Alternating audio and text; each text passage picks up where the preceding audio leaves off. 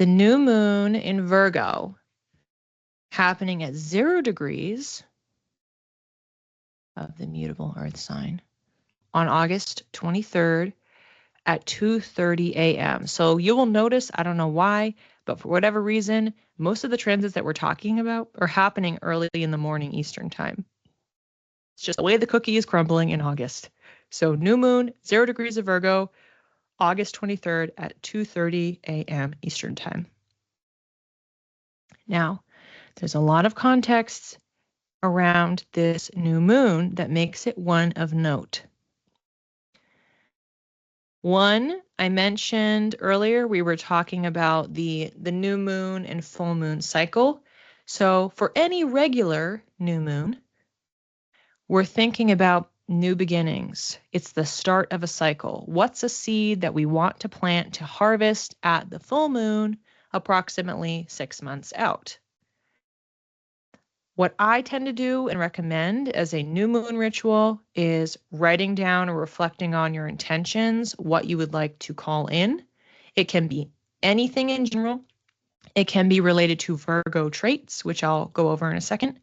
And it also could be related to the 0 degrees of Virgo, the life area sitting at 0 degrees, or a combination of all of the above. Virgo represents someone who is very organized, methodical, detail-oriented, and driven by self-improvement and serving others. What we want to pay attention to with this new moon that makes it different than just your regular new moon is the fact that it's happening at the 0 degree point. That is the first degree in any sign. 0 degrees, I know that's confusing. Why isn't it 1 degree? It's because for signs, it goes from 0 to 29. So 0 degrees is the first degree of any sign. And that means it's infusing it with extra beginning energy because it's at the first degree, which is the start of Virgo. So we are supercharging it with a new beginning energy. Plus, we also have to remember that we are in an eclipse series right now, which I'll be talking about more later in the month, of the South Node being in Virgo and the North Node being in Pisces, which means that all year long, all next year long, going into 2027, we have, as a collective, extra focus on Virgo. So when anything is happening or moving through Virgo, it's going to be activating, at some point, the nodes of the moon, and in this case, the South Node. So we have a contrast here where we have the new moon in Virgo at the first degree, aka 0 degrees, picking up on a starting energy. What do we want to initiate? What do we want to call in Virgo? And simultaneously, we are in an eclipse series where we have the South Node in Virgo, which is about releasing, shedding, and letting go. So they're a little bit in a tension with each other.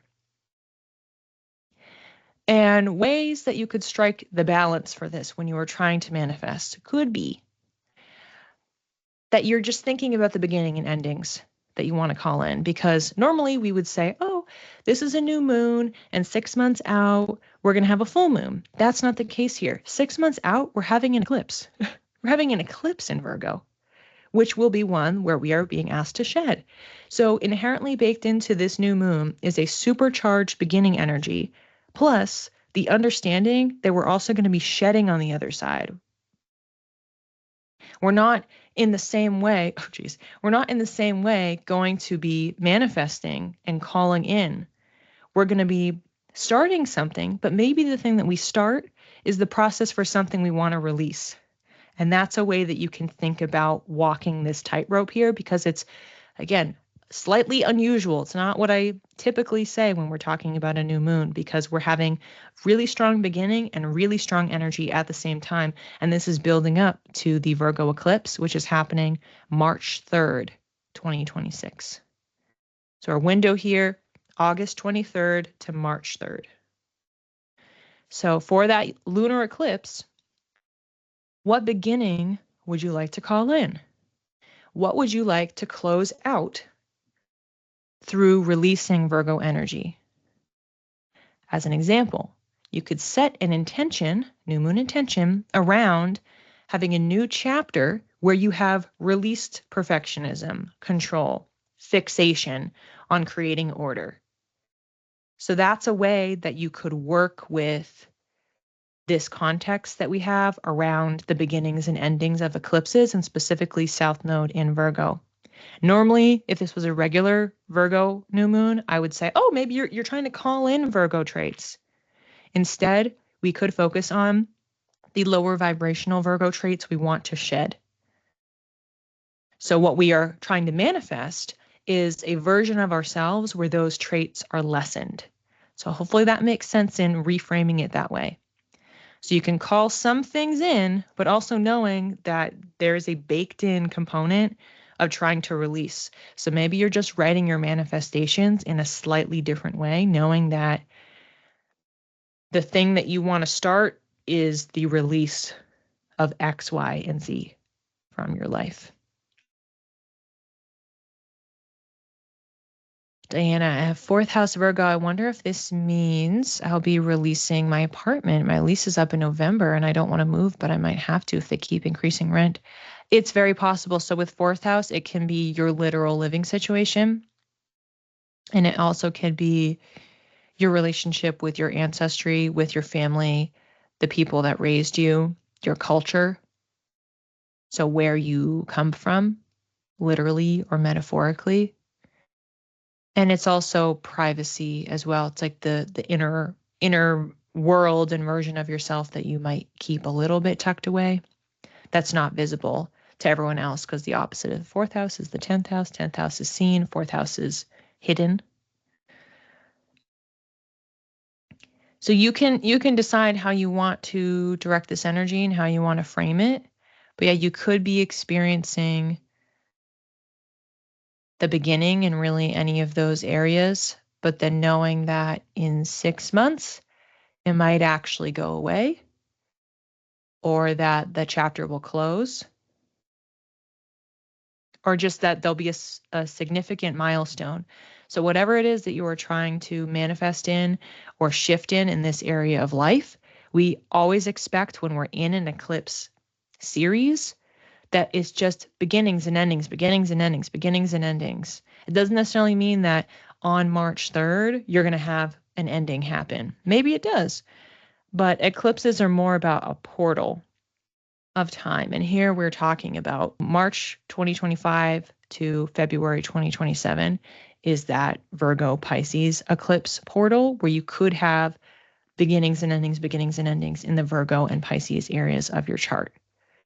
So whenever we're thinking about these lunations, we just have to keep that in mind, that if we're only thinking about it in the context of, oh, it's a new moon, I want to call stuff in. Well, yeah, joke's on all of us because it's not a full moon on the other side. It's an eclipse.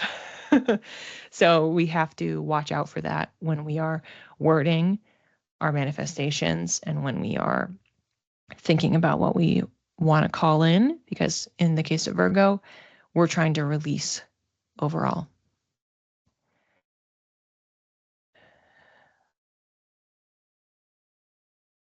Yeah, so Diana, you'd be paying attention to, with this new moon, Jupiter at 2 degrees. It's only 2 degrees away, so it would be expanding.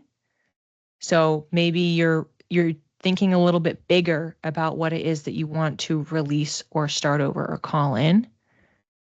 Not limiting yourself and thinking small, like try to go a little bit bigger with whatever you think about. And then hilariously, you have at 4 degrees Saturn, which is saying, but it has to also be serious. So you can think bigger, but make it reasonable at the same time. So that's what you can pull in. The 22 degrees for Pluto, way too far out, not going to get picked up. So we're just going to be focusing on your Jupiter and Saturn activating it. Yes, please do report back in 6 months. Carrie Lexi's 0 degree Virgo is on her IC. Aha, okay.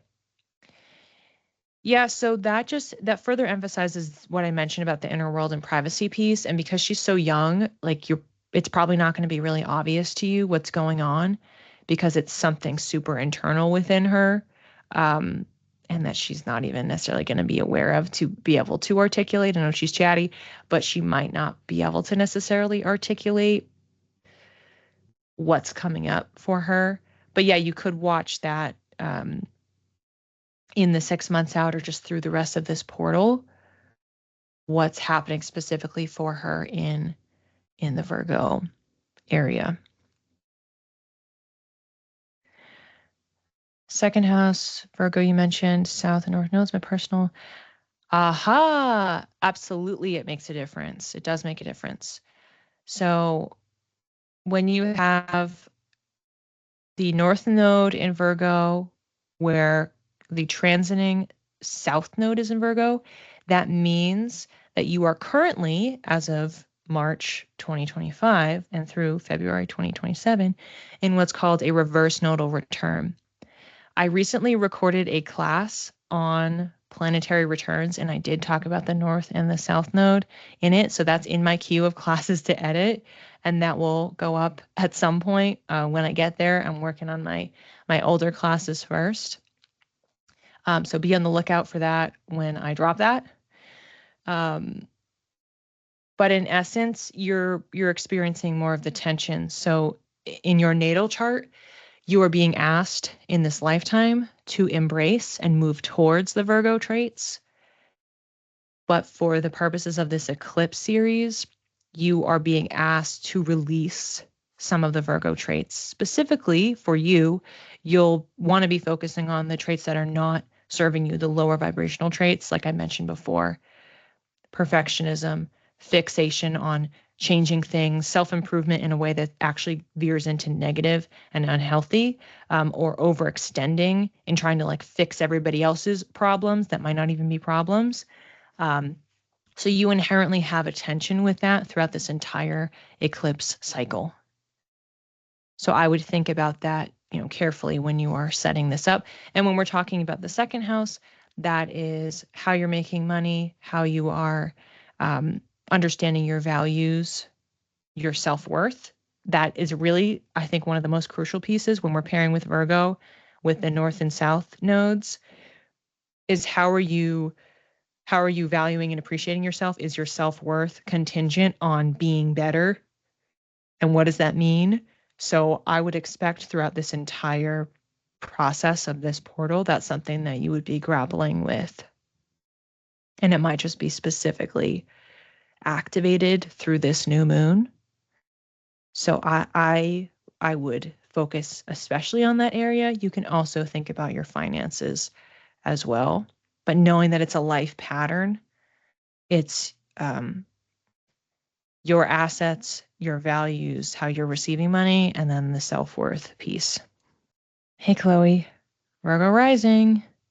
Yeah, so Chloe, I would expect that for this entire eclipse portal, you're feeling it.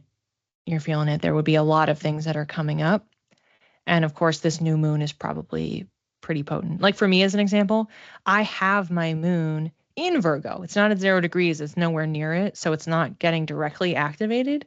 But anytime that Virgo gets activated in a similar way that it would for you, Chloe, it's like, oh, okay, I kind of felt that. Like we have areas of our life that are especially important to us as our rising, as our moon sign, or if you're a Virgo sun, birthdays are coming up, that with these energy activations and releases happening in Virgo, they're just going to be really extra potent for us